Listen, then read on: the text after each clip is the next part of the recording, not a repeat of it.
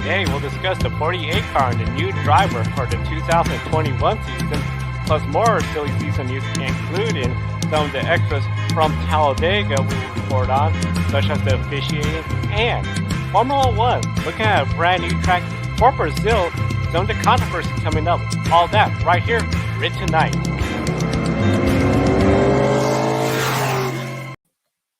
Hello, everyone, and welcome to Grid Tonight, your weekly motorsports news program. With me, as always, Joe Samniego. We have a lot, and when I say a lot, I mean a lot of NASCAR stories, plus more motorsports news to discuss. And we're going to start with Joe about the news with the driver, the new 48 car. Yesterday was announced the new driver for the 48 Ally Chevrolet, owned by Rick Hendrick Racing, and of course, that's going to be Alex Bowman. Alex Bowman. Driving, of course, the 48 is a big deal. Since the big news about Bubba Wallace joining Michael Jordan, Denny Hamlin, a lot of people were wondering who was going to be behind the 48 Chevrolet. Of course, with Bowman, this is a really big step. This is his third season in Rick Hendrick Motorsports. I see some of his stats right here. He has, of course, 2 wins every year since he's been full-time with Rick Hendrick. He has been in the playoffs. And, of course, this year he is again in the playoffs contending for this championship. A question we want to pose to all our viewers, tell us in the chat or comments, and a question for you, Kobe.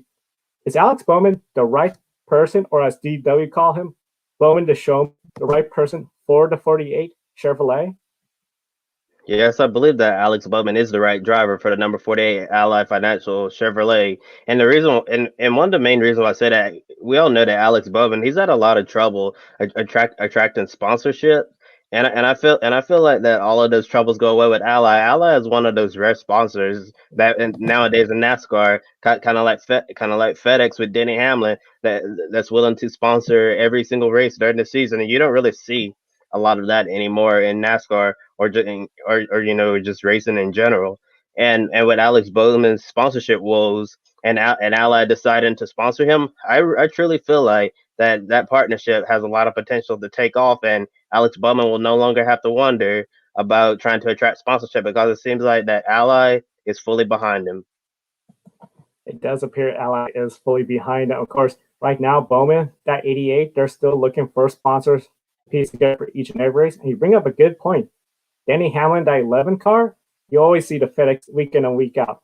Same with the Ally. There's very few rides. Even Team Penske, we see Shell, Pennzoil for most of the time, but there are races where Joey Logano has Auto Trader, another sponsor. So having this deal and that committed sponsorship is a huge, huge benefit for anybody driving in there. And I do agree with you. Alex Bowman is the right person for that. Jimmy Johnson, we all know him as a constant professional, very professional how he handles himself on the track and off the track. Ally is a big corporation. They want somebody that's going to represent them well. And I do see Alex Bowman being the right person to do the job.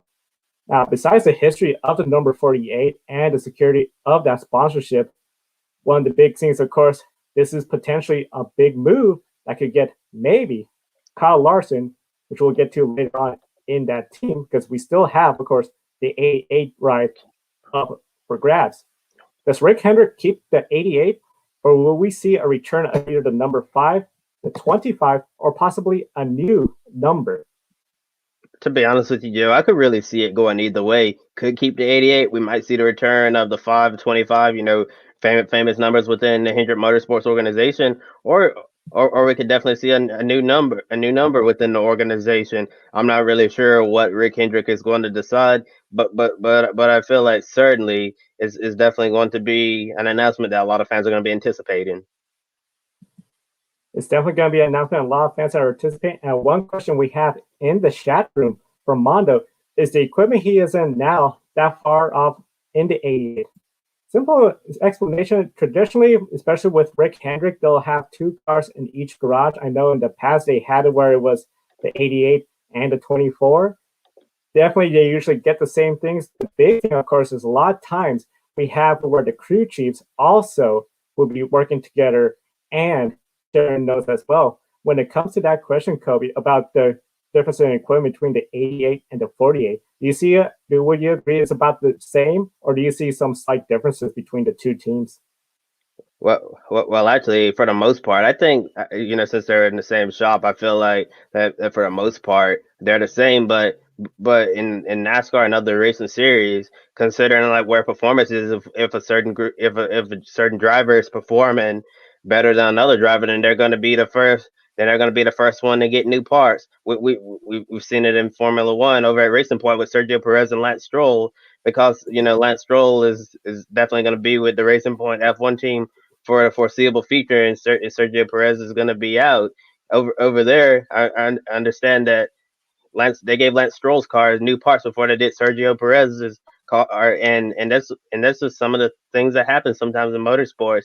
Yes, I feel like the cars are for the most part are the same, but there may come a time when there's experimental parts. The driver who's not really on par with the others, they might get them some experimental parts for the future. And if there's updated cars that can make them faster, then maybe the driver who's the highest in the standings will get it.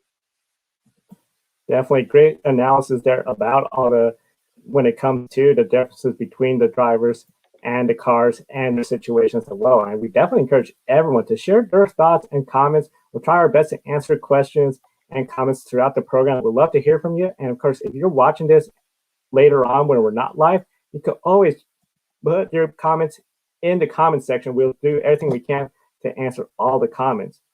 Now, of course, for 2021, we knew Bubba Wallace was probably the most watched driver for silly season. We know now how the rumors of Jordan Hamlin coming together essentially influenced that deal to come together. Knowing that we also had heard rumors that Eric Jones was potential rumored to be in that 48 car, now we know he is not in the running. So where does this leave Eric Jones for 2021? Do you see him with like JTG Racing or RPM Racing or some other team in 2021? I'm not really sure where we see Eric Jones at this point. I understand when they announced that Joe Gibbs Racing wasn't bringing him back, a lot of people linked him to the 48 car, which is obviously not going to happen now, and also the number 42 Chip Ganassi Racing, that's now Ross Chastain's going to be there. So Eric Jones, his options are looking pretty limited at the moment, and yes, his name has been linked to the number 37 JTG Doherty Racing ride. And some people have even suggested RPM. A lot of people thought Daniel Suarez was going to RPM, but he's going to be racing with Justin Marks' new Trackhouse team that's going to debut next season. And maybe Richard Petty Motorsports could be an option for Eric Jones to try to build up their program, or even JTG, as I just mentioned. And Hendrick Motorsports could still be a possibility. I know Kyle Larson's been heavily rumored to take over the 88 seat or whatever number they decide for that fourth Hendrick car. But silly season, there's always a lot of surprises.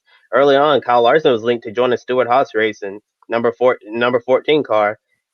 However, there were some talks that Clint Boyer might actually return to the seat, but Chase Briscoe's doing so well in the Xfinity Series might make it really hard for Clint Boyer to keep that seat. And also, Tony Stewart, Kyle Larson, the dirt racing connection there, that's also really strong. So while everybody, for the most part, think that Kyle Larson is going to the 88 at Hendrick, if things break down, could Kyle Larson shift back to Stewart Haas racing, and and maybe that could leave a door open for Eric Jones. And if worse comes to worse, Eric Jones might have to drop down to the NASCAR Xfinity Series next year and improve himself once again so he can get a cup ride in 2022. Yeah, there's still a lot of potential out there, especially as you mentioned. We don't know what's going to happen with that 14 ride. A lot of rumors, of course, going around. Possibly Richard Petty Motorsports. Of course, that team is really benefiting this well too, getting some good runs, some more sponsorship opportunities as well with Bubba Wallace. So a lot of potential for 2021. And of course, definitely we encourage everyone to comment and share what are your thoughts on where Eric Jones going, and is Alex Bowman the right person for the 48 in 2021? And next, we're gonna look at some topic that arose last weekend at Talladega. And Talladega is a weekend that race fans always look forward to and anticipate. But however, we had some chaos and controversy this past weekend, and it's really crazy what happened, especially with the several double yellow line penalties. And on Monday, Scott Miller, NASCAR Senior Vice President of Competition, raised some questions I mean, about the increase in aggressive driving in the last two playoff races, a 37% increase in cars were involved in crashes in comparison to the previous five playoff races at Talladega. And the questions to our viewers and Joe: is Talladega too unpredictable for the playoffs, or is this just something that drivers will just have to deal with moving forward? Honestly, it's just something drivers have to deal with moving forward.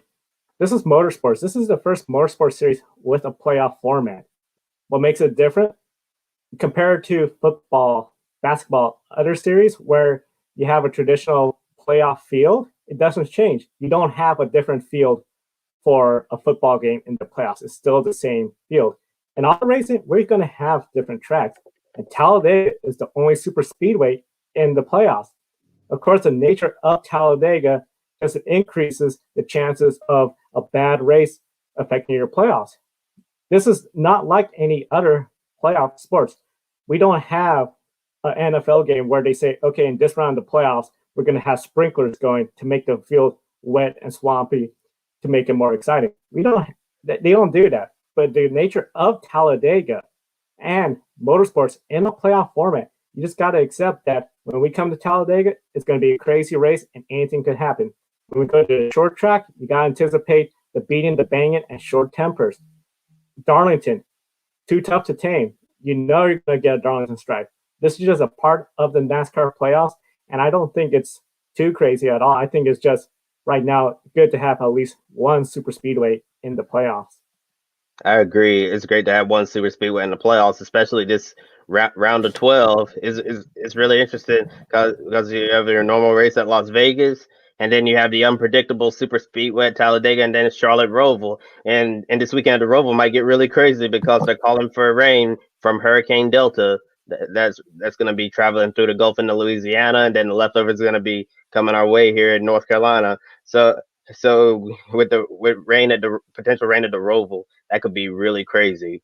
And one of the big controversies we heard coming out of Talladega was NBC deciding to move the race broadcast to NBCSN, and many people don't have cable. Without premium cable, don't have NBCSN, so that's a major problem there. And the race lasted for over 4 hours. Can you break down the data about the Talladega playoff race since 2004? So one of the things, of course, NASCAR has been talking about, the aggressive driving. Well, when you have aggressive driving causing more wrecks, you're going to see an increase of cautions. This first chart puts into play all the Talladega playoff races. So 2004, the first chase. Now, of course, one of the big scenarios, 2014, that is the first year where we have elimination playoff format. And 2014 through 2016, Talladega was an elimination cutoff race for the second round. And then, of course, 2017, that's when we saw stage points were introduced, but no longer was Talladega a cutoff race. You'll notice how the number of cautions, as they go up, the number of laps completed under caution goes up significantly or drops down significantly. Look at this year. We passed over 50 laps of caution. That just means no racing time. That means more time watching the cars traveling at a slower pace. Each stage was about 60 laps. We almost did an entire stage under yellow. So definitely when it comes to these numbers, of course, NASCAR, they're thinking about the audience, their crowd watching the race. They don't want to see so many cautions, especially something like this. Now, here's a projection of the data from all the races. As you can see, just by the projections of the averages, it looks like there is an upward trend. Of course, every year, Talladega being Talladega is different. So 2013, we didn't have that many yellows, but 2018, 19, and 20, we're seeing significant growth in the number of yellow flags going on. Of course, if this continues around, fans won't really enjoy where 23 or 25% of the race is run under yellow. It really does appear NASCAR is using this data to try to address it, and definitely it's something where hopefully for the fans, this could ensure something might be done to ensure more racing under green flag and maybe something to shorten the race so we don't cross that 4-hour mark and again have the race shifted to NBC Sports.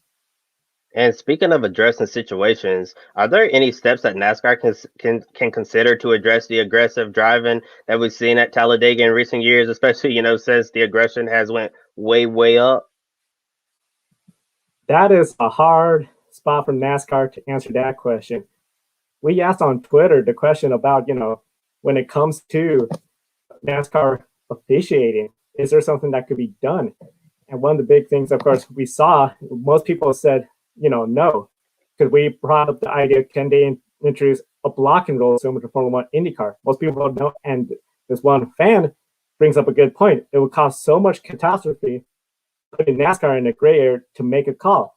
We've seen how this blocking call, even on IndyCar, been called on a driver that potentially cost a driver finishing position, such as Graham Rahal at Long Beach last year. So definitely, this is just something where NASCAR, they said they're not looking at replacing the yellow line rule, getting rid of it. When it comes to policing, what really could they do? They could try to introduce ideas to limit bump drafting. It's just going to be really hard for NASCAR to make a decision. I wouldn't want to be in NASCAR shoes for this. Yeah, definitely. And one of the things that NASCAR needs to do is to simplify the rules instead of making it so complicated. And I know what the poll we asked on Twitter, asking if NASCAR should install like a blocking rule, kind of like we see on the ovals in IndyCar, where you're not allowed to block. I also agree with the majority on our poll that NASCAR should not look in the area. I understand why it's in place in open wheel racing, because that's obviously way more dangerous, and if you don't have, and if you're blocking an open wheel car, somebody could go airborne, seriously hurt, or even worse, killed. And I feel like blocking in open wheel racing, particularly on ovals in IndyCar, that's where the blocking rules I consider okay. But for NASCAR and the super speedways, I think that would be more troublesome than it really needs to be, because as we've seen with the double yellow lines rules last weekend, it was like you said, it's really hard being in NASCAR shoes, because sometimes those calls are so tough to make, and when you make those calls, not everybody's going to agree, and then it just becomes a lot of problems developing. And I feel like if NASCAR had a blocking rule at these super speedways, it would be way more problematic, and a lot of unnecessary trouble. A lot more problematic. And of course, one of the big things as well too, we had a driver going for their first career win versus a driver who has multiple wins already. So a lot of factors in there when it came to the Talladega race. Now, Formula one of the big things that came out is potential change for a future schedule. This week, concerns on a potential new Formula One circuit in Brazil were brought to light. The new circuit will be located in Rio. It may go under this construction. There has been agreement in place with Chase Curry from Formula One Liberty Media about the new site to host the Brazilian Grand Prix in the future. This would replace the Interlagos circuit, which has been hosting Formula One since 1973. The land currently is an unused military base. The track will be designed by Formula One track designer Herman Tilke, and considering the increased number of trees that would have to be cut down, this is where some of the controversy is coming up. And of course, there is a big movement to stop the deforestation of Brazil. There are plans to replant trees that are cut down. There are many concerns, particularly citing the unfulfilled promises from the Olympic organizers made to plant trees. Kobe, could this be a potential distraction, or in a way reflect poorly on F1, especially since Interlagos is a really popular circuit among drivers and fans? Yes, I think this could certainly become a big distraction, and I'm sure the fans would not like to see this proposed race take place. And instead of Interlagos is certainly one of the Formula One tracks on the schedule that many consider one of the classics, and that's one of the tracks that a lot of people are going to want to keep on the schedule for many years to come. And I feel like that potentially leaving this track would certainly wouldn't sit well with a lot of people.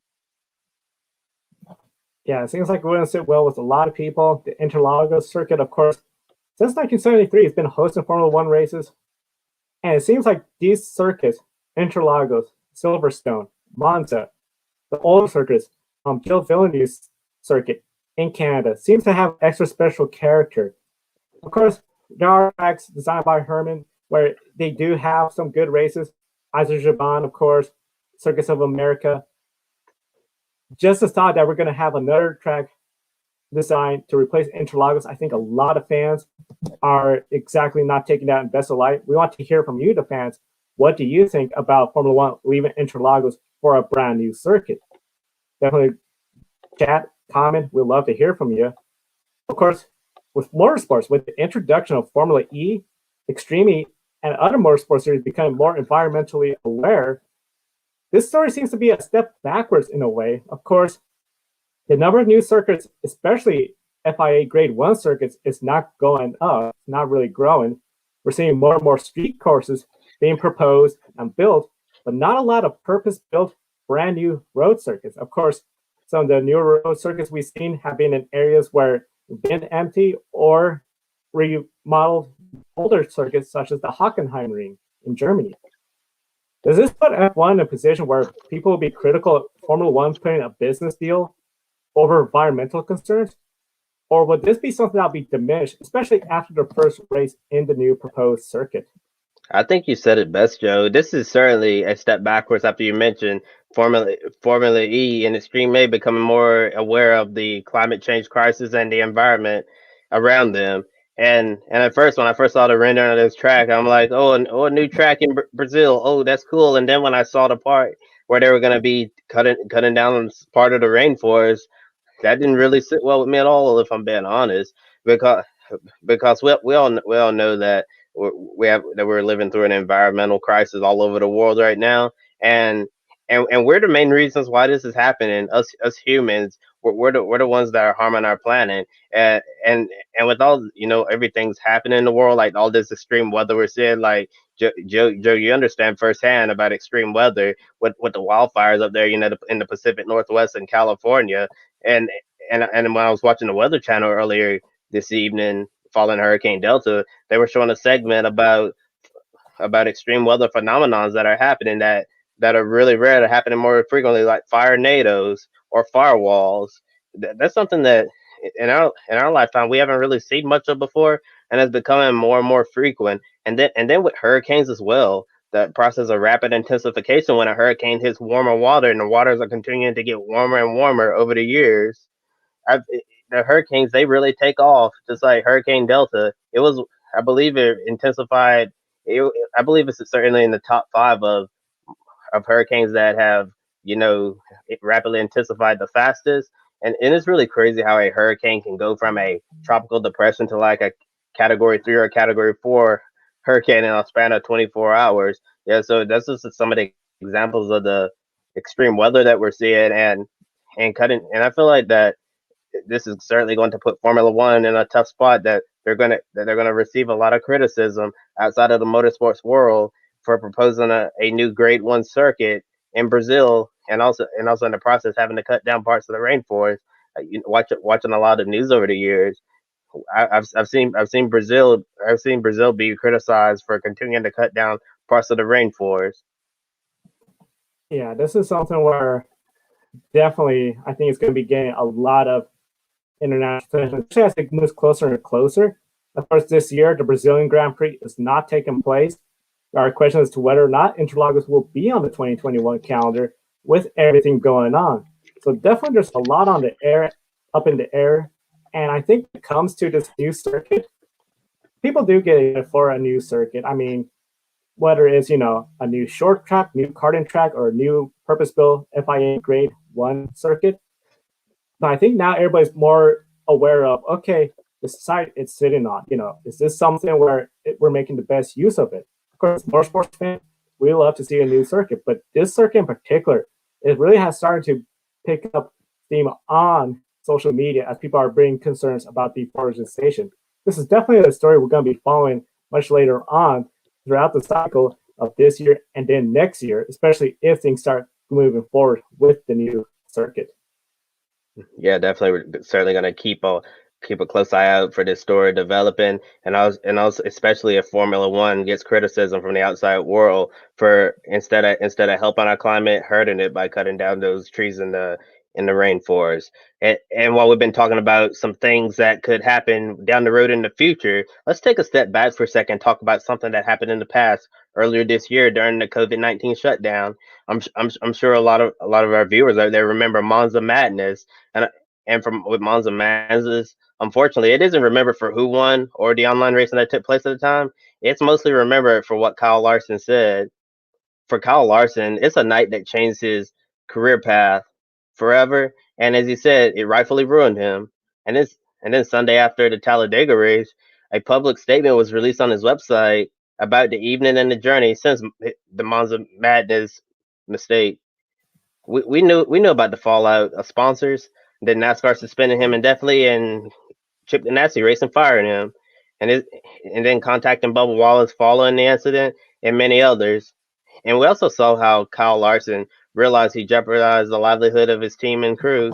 How important was it for Kyle Larson to publicly share what he learned from his terrible mistake? Very important. One of the big things I think a lot of people were exactly aware of was how Kyle Larson's action could have ended the 42 team. If it was so severe to where the sponsors said, we don't want anything to do with Chip Ganassi Racing, we don't want anything to do with that number 42, that could have ended essentially a lot of people's jobs. And for Kyle Larson to reflect and say, not only did what I screwed up with reflected poorly on my character, it reflected poorly on my employer, my coworkers, the teams there. And it really was just to hear him say that he realized how big of a mistake he did, made it to where he jeopardized everyone's career, speaks about how much he's really starting to become more aware of the significance of what happened that night. Yeah, and you certainly bring up a good point there about Kyle Larson's, using the N word, how it not only affected him, how it could have negatively affected Chip Ganassi and the rest of his 42 team. Chip Ganassi was very lucky that his sponsors were loyal and decided to stick by him, and rightfully so. It was the right business decision for all of those sponsors to drop Kyle Larson and refuse to sponsor him moving forward. That's the only business decision that they can make at the time, and those sponsors backed Chip Ganassi into a corner. Chip Ganassi had no choice but to fire Kyle Larson, and then Chip Ganassi obviously decided to put Matt Kenseth there, a clean driver who hasn't had any issues at all to the public throughout his entire racing career, and I feel like that the Kyle Larson, the situation turned out better than it could have been for the entire Chip Ganassi team, the number 42. Imagine if the sponsors did not decide to stick around and support Chip Ganassi racing, like you mentioned, Joe. If those sponsors were like, I'm out, I don't want to be associated with anything like this, then that could have ended up in the 42 team shutting down. I'm not really sure what the rules are, especially when you're a charter team and you shut down. I'm not really sure what happens to the charter, but for Chip Ganassi racing as a whole, they turned out a lot better than what the situation could have been. And for Kyle Larson, he ended up losing it all. Went back to the dirt tracks. He's doing really well, and it looks like he's certainly on the road to redemption, trying to prove that he deserves a second chance. And in the essay, he highlighted his path, including his time in Minnesota, where he learned about white privilege firsthand. The feeling of it's not if you get pulled over, but when you get pulled over, and that's the disconnect that many African Americans feel in this country. And then the events of George Floyd's death and the aftermath in Minneapolis. Does it surprise you that Kyle Larson was absolutely unaware of the systematic racism in this country? It doesn't really surprise me. I know one of the things, unless you experience it or really see it firsthand, it's hard to comprehend being told that we have a problem that exists. Kyle Larson, of course, his parents, they have come from a diverse background, Asian American, and he came through the NASCAR Drive for Diversity program as well. But of course, one of the big things is the privilege that he has. A lot of the things, of course, after George Floyd, has been coming up a lot more is the systematic racism. One of the best examples, I think, was when Bubba Wallace, Ty Dillon, got on that Instagram live program. Bubba Wallace talked about his experience of racism. Some it was when he heard an official use an N-word. Other times it was when a police officer pulled him over. And this is just something where a lot of times we don't realize this is a problem until you hear firsthand from a close friend, from a dear family member, or in the case of Kyle Larson, you see it firsthand, you hear from the people firsthand. Kyle Larson did more than just, I'm going to go to a sensitivity training and get reinstated. Kyle Larson really showing he wanted to learn and be a better person, and this really opened his eyes. Yeah, I'm really glad that everything that's going on, right? Everything that's happened since that incident. I'm glad that Kyle Larson is educating himself and like they say, learn and listen to everything that's going on. And it doesn't surprise me that Kyle Larson was unaware of the systematic racism that's happening in the U.S. and that's been happening in the U.S. for a long time, because a lot of people just don't live it. They don't understand like what people like me have to go through, and and certainly when you don't understand those things, I think a lot more people should ask people like, why is this a certain way? Why can't I say this? Why can't I say that? And yeah, and I just think that people need to be open to having those tough conversations. I understand that talking about race is really hard and uncomfortable, and and those type of things, they can be challenging. But at the end of the day, if we're gonna move forward and make progress in this country, those are the tough conversations that we're just gonna have. And Kyle Larson did go over how the word became a part of his vocabulary and how he was wrong for not doing anything about it when he heard the word being used around him, and how he intends to use his mistake as an opportunity to teach others to do the right thing. Was there anything in particular in this essay that stood out to you about his journey? Several items, but the one thing that really stuck out to me, and this really made me feel like Kyle Larson realized the gravity of what he'd done. He talked about how when his children get old enough to learn about his mistake that he made that night on Monza Madness, that is something he knows he has to explain to them when we get to that point in life. And I just think that really speaks volume to think that, it has to be hard to learn the day that child that you're growing up that looks up to you learns that you made a serious mistake that was captured on the internet around the world, and it almost ruined your livelihood. For Kyle Larson to say, I got to own up to that mistake, I regret I did it, and it's going to be hard for when that day comes, that really speaks volume on how he really has shown that he has really learned how to realize his mistake, and at the end knows what he did. He said a lot of people have welcomed him and are showing him, treating him with respect. And that's great, because he also said there's some people he knows he may never win the respect of. And that's something that he's going to have to live with. But at the end, he wants to do most he can for a positive change in the future. And that last part, that was a good point you brought up. Kyle Larson is just gonna have to live with everyone's reaction, and as human beings, we should not tell anyone how they should feel about Kyle Larson and his possible return to NASCAR. If people want to forgive Kyle Larson, think he's done enough to prove that he deserves a second chance, then that's their opinion, their right to believe so. And if someone still wants to see more from Kyle Larson before they have an opinion, that's fine as well. And then there are going to be people out there who said that Kyle Larson's lost my respect forever, and he will never ever earn that back. And like you mentioned, Joe, there's going to be some people out there who think that, and that's just something that Kyle Larson's just going to have to accept, no matter what he does from here on moving forward. Some people will never respect Kyle Larson for as long as he lives. And with Alex Bowman going to the 48 car, there are now rumors that Kyle Larson could go to the 88 or a renumbered car at Hendrick Motorsports. And as of Tuesday evening, he hadn't applied to being reinstated by NASCAR yet. And we all know with Kyle Larson's baggage, some sponsors might be hesitant to give him a second chance or to be associated with the name Kyle Larson. Does this essay make the case that Kyle Larson deserves a second chance in NASCAR? With this essay, I would say this from my perspective. When Kyle Larson said what he said, I was really disappointed in what happened. I know shortly later, Grid Tonight went on the air, and I talked about the responsibility of a race car driver. When you wear that fire suit, with the logos of all the corporations, sponsors, the team, trusting you to be a positive role model, that's a big responsibility, and he let down everybody. I never felt comfortable saying that he should come back.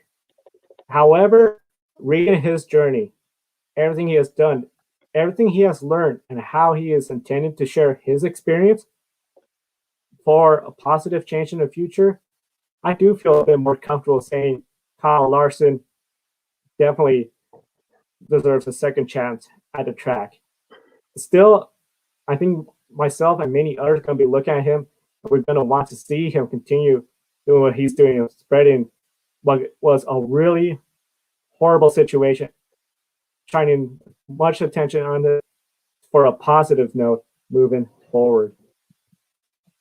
Yeah, and for me, at first, I don't know, I've said this on our previous programs, but when Kyle Larson said that word, I was really shocked and disappointed that he would say something like that. And I thought that I know this sounds very blunt. I thought Kyle Larson got exactly what he deserved in this case. He got a chance to see what it's like to, he suffered the consequences of his actions, and I really hope that Kyle Larson is genuine in everything that he said in that essay and all of the things that he's been doing. I hope it's not something that's just for show to make myself look good so I can get back into racing and then hide how I really feel. But I'm gonna give him the benefit of the doubt here and think that Kyle Larson is truly committed to educating himself about the systematic racism that's happening in the United States for so many years. And if Kyle Larson, just keep educating yourself, learning, listening, all of the above. I feel like Kyle Larson is definitely going to succeed in his second chance as a NASCAR driver. It does appear like he is going to potentially be in the NASCAR seat again. And definitely, of course, if he does get the opportunity, everybody, including ourselves, will be wishing him the best and hope he continues to bring positive change as well. One of the big things we're going to be seeing is an upcoming race at Kentucky. Of course, the Camping World Truck Series will be there, and Hailie Deegan is set to make her Truck Series debut at Kansas Speedway. She'll be in the GGR Crossley number 17 Ford F-150. Deegan said it wasn't initially planned to make her Truck Series debut this year.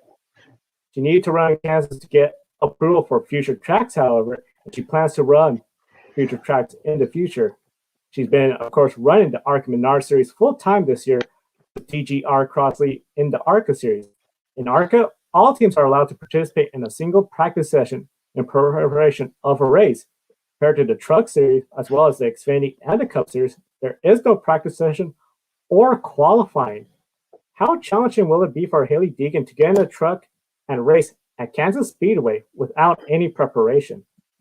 Oh, Joe, it's certainly going to be very challenging for Hailie Deegan to hop in that truck without a single lap and then all no practice, no qualifying. So all Hailie Deegan's going to have to do is just line them up and race in Kansas, mile and a half track, fast track to make your Truck Series debut. I feel like it's certainly going to be a challenging and humbling experience for Hailie Deegan to get out there because the competition is going to be a lot tougher than anything she's ever experienced in her racing career so far. The competition is going to be a lot tougher than what she's seeing right now in the ARCA Menard Series.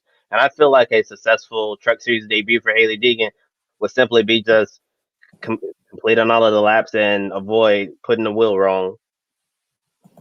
Yeah, completing the laps, not making a mistake, bring that truck home in one piece, that will be a successful race debut in the Truck Series. You do bring up a good point. It's going to be really stiff competition. Of course, in the ARCA Menard Series, we are seeing a smaller field. I know a lot of it has to do with the state of the economy right now, the uncertainty going on, especially in autosports, motorsports in the United States. Hailie Deegan has the potential to do the truck race at Kansas. I think that's wonderful for her, especially moving up. One of the big questions, of course, is say she has a good race. Will she continue and do more truck races maybe by 2021? Of course, a lot of people, especially when we do have a rising star, such as Hailie Deegan, or like we saw last week when Gracie Trotter went, a lot of people will want to start seeing them progress the ladder. The big thing is you don't want to rush sometimes drivers too early. We've seen some drivers, a lot of fans will say, they were brought up to the Cup Series too soon or the Xfinity Series too soon, and they just weren't able to adapt to the change in the competition level in those series. So it's going to be really interesting to see going forward how everything works out for Hailie Deegan, and especially Truck Series. Kansas is a really tough speedway.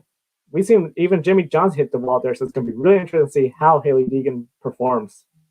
Yeah, it's certainly going to be a big challenge for Hailie Deegan, but Ford is supporting her a lot, and they're investing a lot in her career. So I'm sure Ford has a great plan for her, a development system where she's going to spend a certain amount of time in each series in order to develop her skills, so she'll be ready to go Cup racing whenever that is. And speaking of Cup racing, retired driver Justin Marks is starting a brand new NASCAR Cup Series team called Trackhouse, and announced that Daniel Suarez will be the driver of the number 99 Chevrolet in an alliance with Richard Childress Racing. And this is certainly going to be a benefit considering the recent announcement that ECR Engines is going to be working together with Hendrick Engines, since Chevrolet is behind Toyota and Ford at the moment. And Ty Norris is going to serve as president of racing operations. And Norris previously worked at DEI and Michael Waltrip Racing. Marks ended up leasing a charter from Spire Motorsports, and in a statement, Spire said it secured a third charter with the intentions of running a two-car operation next season. And in 2022, Mark said he intends to buy a charter instead of leasing one. And the Trackhouse mission is they want to design and execute an immersive STEM education initiative aimed at exposing America's underrepresented youth to career opportunities in science, technology, engineering, and mathematics, and also promoting diversity, which is a really good cause to be a part of motorsports. And one of the most surprising things that Mark said today was the potential of his organization competing for a playoff spot next season with Daniel Suarez in his inaugural season. Mark says he has sponsors lined up, but not ready to announce anything yet. And Daniel Suarez is also bringing funding to the organization. And Joe, it's very rare to see a new team this competitive out of the gates. Your first, team just announced in October, and in February going to hit the ground running, and we're gonna be a playoff contender in our first year of existence. Was this a true silly season surprise, and how much potential does Trackhouse and Daniel Suarez have together? It is definitely a silly season surprise. I know there's rumors about Suarez maybe joining RPM. We didn't hear a whole lot about a brand new Cup team. So to hear this news that we're going to have a new Cup team, that is really exciting. Of course, we've seen Cup teams come and go. We know Germain Racing is closing up. With their partnership with RCR, which, by the way, is now going to have an alliance with Rick Hendrick Racing for engine development, easily they're going to be a team where Daniel Suarez is going to be much better equipment compared to where he is this year with Gaunt Brothers Racing. Of course, Gaunt Brothers Racing, besides the limited funding, single car team, of course, they don't have a charter. Now he has a charter locked in every race next year. They can focus on race setups. Depending on what happens with the pandemic, if we again have it to where there's no qualifying session, no practice session, that team could be in a really good spot because now you just focus on race setup, race trim. Still, for a new team, Talladega, Daytona, that'll be the best bets for a victory. Road courses, that could be also another area, but we definitely see, especially the 1.5 mile ovals or the short tracks, some of the best drivers will race, and I think that's where it's going to be more challenging. If they were to get in the playoffs, I think it would be a super speedway race or a race that may have been cut short due to weather. Yeah, and he brought up a good point of Daniel Suarez being in a much better position now than he is with Gaunt Brothers Racing. Yeah, it seems like Daniel Suarez is certainly getting the most he can out of that number 96 Toyota Camry. But Daniel doesn't want to be back there, battling in the 25th or 30th place range. He wants to be racing competitive equipment and joining Justin Marks' new Trackhouse racing team. And with the alliance with Richard Childress Racing, I feel like that's going to give Daniel Suarez a great opportunity to go out there and be competitive. I don't know if they're going to be competing for a playoff spot, and it would certainly be a surprise to me to see this team make the playoffs considering how new they are. But it would not surprise me to see them competitive by the end of the season, or maybe even earlier, fighting for 15th and 20th, because Justin Marks is a really smart guy. And he wouldn't invest significantly in starting a Cup team if he didn't see a benefit in doing this. And Mark's over and over on social media, he's been saying that the future of NASCAR looks great, and he really believes that there's a lot to offer in becoming a team owner in the NASCAR Cup Series. And going back to the RCR alliance, one driver we know that's going to be looking for a ride is Ty Dillon. You know, Ty Dillon is going to be without a ride for next year, as Jermaine Racing is going to be closing its doors. And with all of these, you know, seats being taken so far, where does this leave Ty? Do you think he's going to have a spot at potentially RCR, or is he going to have to drop down to the Xfinity Series, as he said, prove himself once again? Possibly have to prove himself once again. The way things are looking, I know Suarez does have sponsorship money to bring along. This really leaves, when it comes to especially Chevrolet, when we think of RPM, we also got JTG. Unless there's a new program starting up, a new alliance formed up, I don't know where he's going to go.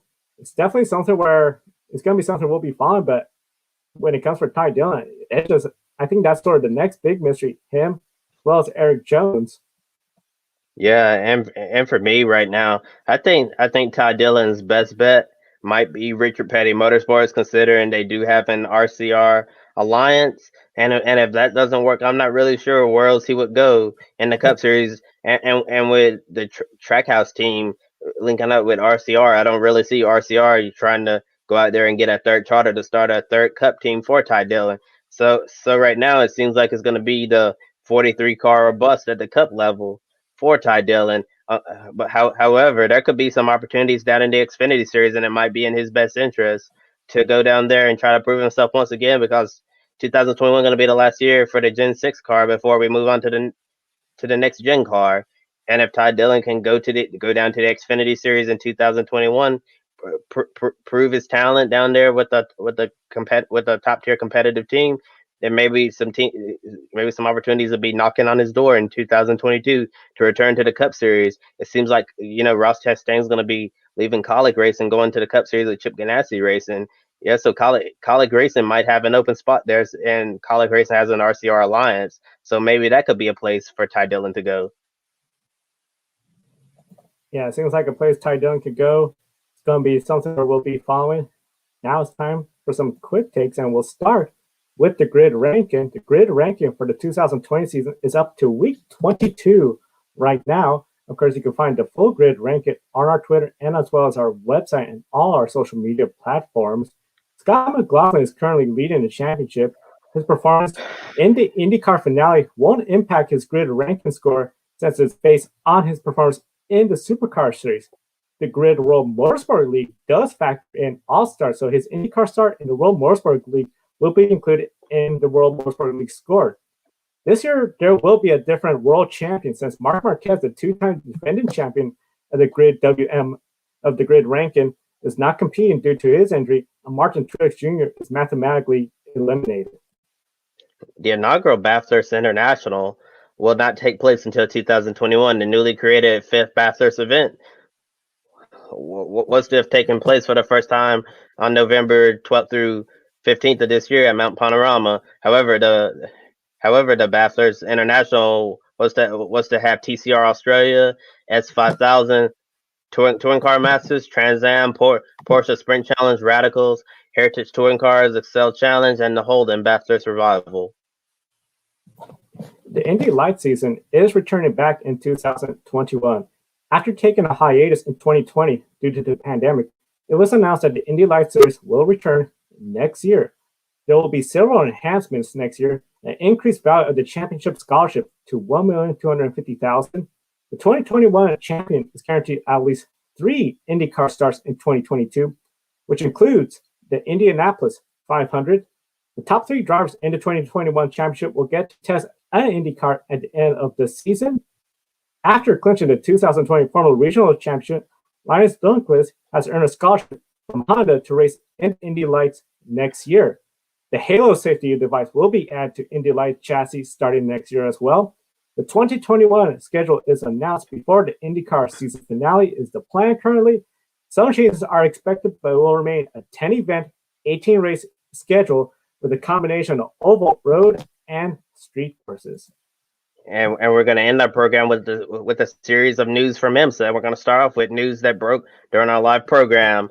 LMP2 team Era Motorsport announced that it's going to withdraw from the remainder of the 2020 IMSA season, and because they're deciding to focus on their 2021 program. And team owner Kyle Tilley said, "While we're disappointed to not finish out our first season in sports car racing, this was the right call. This has been a chaotic year, to say the least, and it has taken a lot of work for any race team to keep running during this time. We managed to do that, but following the crash at the 24 Hours of Le Mans, it's time for us to regroup and let the White Merriman finish recovering and start building our program for next year." So while Aero Motorsport won't be in LMP2 these final few races of the season, they plan to return to IMSA next year in 2021. And Andretti Autosport is starting up an LMP3 program in IMSA. They're going to be entering the IMSA Prototype Challenge with Jared Andretti. After competing in SRO America competition, Andretti will drive a Ligier JS P320 Nissan, and his co-driver will be announced at a later date. United Autosports is looking at competing in the Rolex 24. It will return to the Rolex 24, which is run at Daytona in January 2021. We plan to field a two-car LMP3 program with the Ligier JS P320 Nissan. Driver's lineup will be announced at a later date. The 2021 will be the first year of the LMP3 car are eligible for IMSA WeatherTech Sports Car Championship. European LMP2 team Inter Europol competition will enter the upcoming 10-hour endurance race, Motul Petit Le Mans at Michelin Raceway, Road Atlanta. They're going to field a single Orica 07 Gibson with drivers Austin McCusker, Rob Hose, and Jacob Smichkowski. 2021 Mazda DPI program. Mazda Motorsports announced they would drop down to a single Mazda DPI program next year.